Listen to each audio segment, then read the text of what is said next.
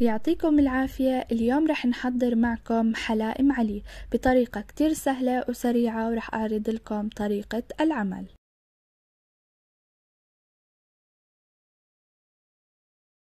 طبعا في البداية رح نفرد خبز التوست في صينية، ورح أحطها بالفرن حتى يتحمر عندي الجزء العلوي والجزء السفلي. وبالنسبة للخليط يلي رح أحضره حتى أضيفه على حلائم علي، رح أستخدم فيه طنجرة 5 أكواب من الحليب، وكوب من السكر، وباكيت قشطة قمر، وباكيت فانيلا.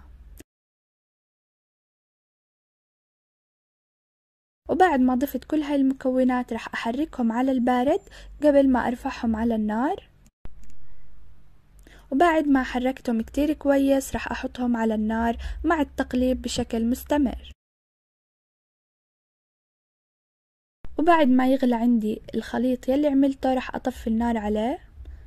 وبالنسبة لخبز التوست يلي عملته راح أكسره وأحطه بأكواب تقديم، أو فيكم تستخدموا البايركس حسب انتم ايش بتفضلوا.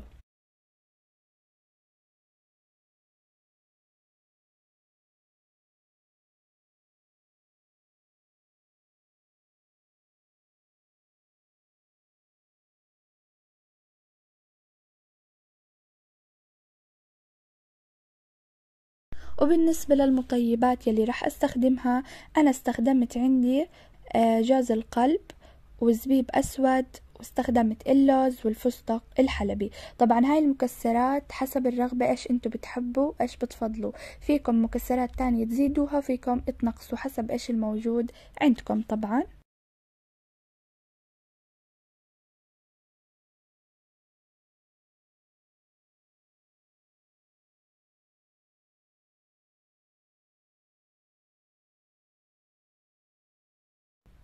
بعد هاي الخطوة رح أغمر خبز التوست والمكسرات بالخليط يلي عملته.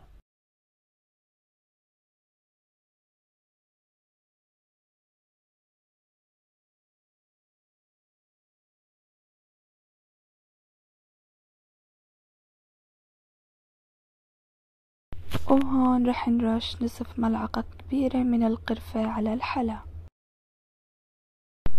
وفي الخلاط الكهربائي رح استخدم 100 جرام من الكريمة وكوب من الحليب، ورح اضربهم على الخلاط حتى يصبح عندي الخليط كريمي.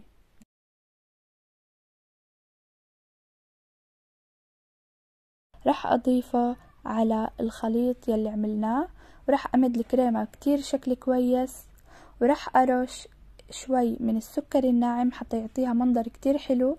وفيكم تحمروها تقريبا ليعطي اللون اللي هيك ذهبي شوي حلو يعني بيجي. وبعد ما تحمرت عندي هيك بتكون جهزت وصفتنا لليوم. بتمنى انها تنال اعجابكم وتجربوها وتعطونا رأيكم طبعا، والف صحة وعافية.